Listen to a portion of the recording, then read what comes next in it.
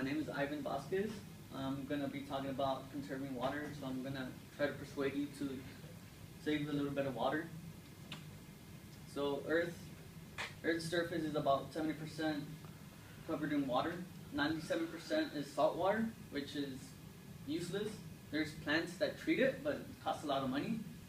2% is in the North and the South Pole, but it takes a lot of resources to bring fresh water from over there, so we don't really do it. And 1% is fresh water. So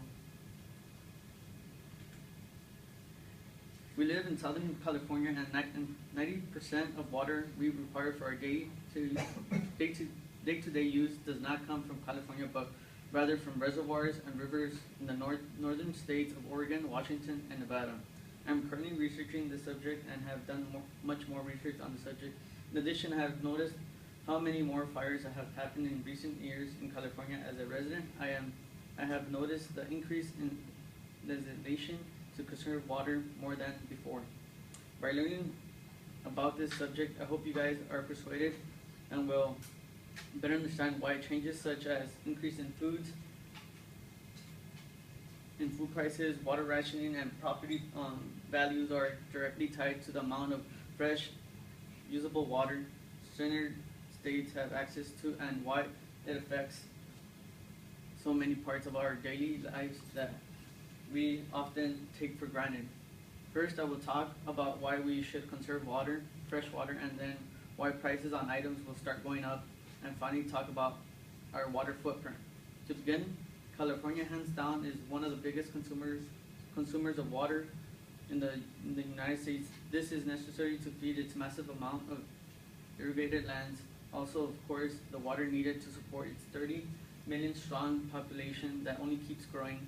But with such vast amounts of people and land to support, what do we do when we're strapped for water? According to Han has a top 10 water wasters on July 23rd, 2018, 2008, retrieved from scientificamerican.com. Lawn sprinklers consume up to 265 gallons per hour. Many cities in California have begun enforcing water rationing laws. Those most severe currently affecting Stenson Beach. There's a law right now in Stenson Beach where if they catch you wasting, each household is limited to 125 gallons a day, and if they catch you wasting that, it going over it,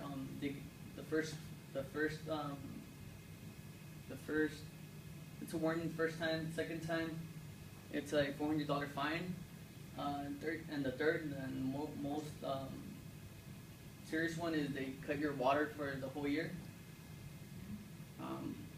The lion's share of California's water goes up to agriculture sectors, where 62% is allocated for crops, 16% is allocated for use in the urban sectors. This means residents use. The remainder is set aside for infractions and facilities. According to Ronzu, a drought intensified California's water crops and forest strict laws, May 2nd, 2012, retrieved from mashable.com. Lawn waters and washing of vehicles, sidewalks, or driveways by hose is prohibited. Doing so is a $500 fine. In addition, cost of food also goes up because of the amount of water required to grow produce and the produce made. These costs are passed on to consumers, who can see increase on everything from daily goods to prime items. Wine is one of the most affected components during droughts, due to California being a prime producer of both grapes and wine. The lack of crops and even more lack of choice grapes means quality wines will be less unavailable and prices will go up. This is a huge deal because wine is one of California's biggest cash crops and represents of our agriculture power.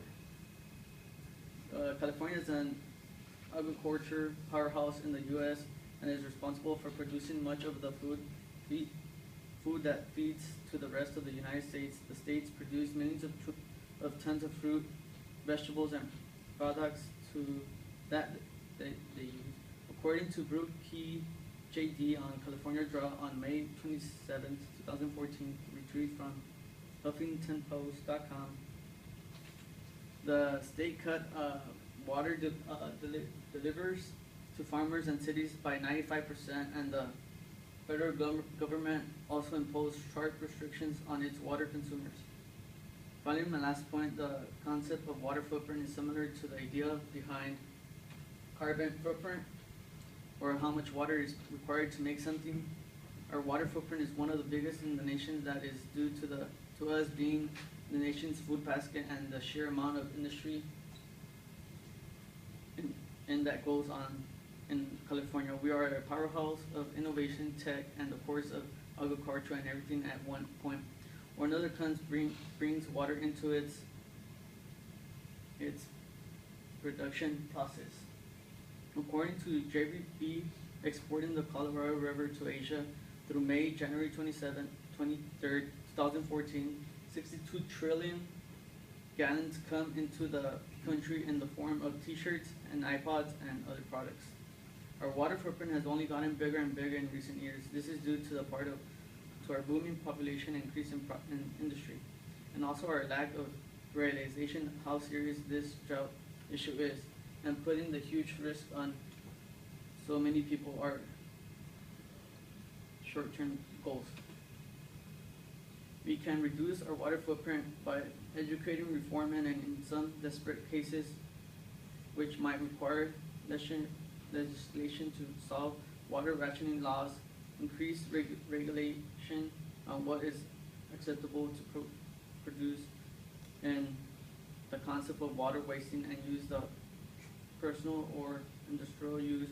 While this might seem as a step of government, according to Ellen Hank J.L., Managing California's Water on 2011, retrieved from ppet.org, California has struggled to manage its water effectively for more than 30 years. The state needs to consider statewide ranging reforms for the benefit of the economy and the environment. In conclusion, California is facing very serious consequences if it does not address its water rationing issues. Even though we are in the middle of a very severe drought right now, very few people care. Many people seem to forget that most of Southern California is a desert, and we are completely reliant on our water to keep us from drying up.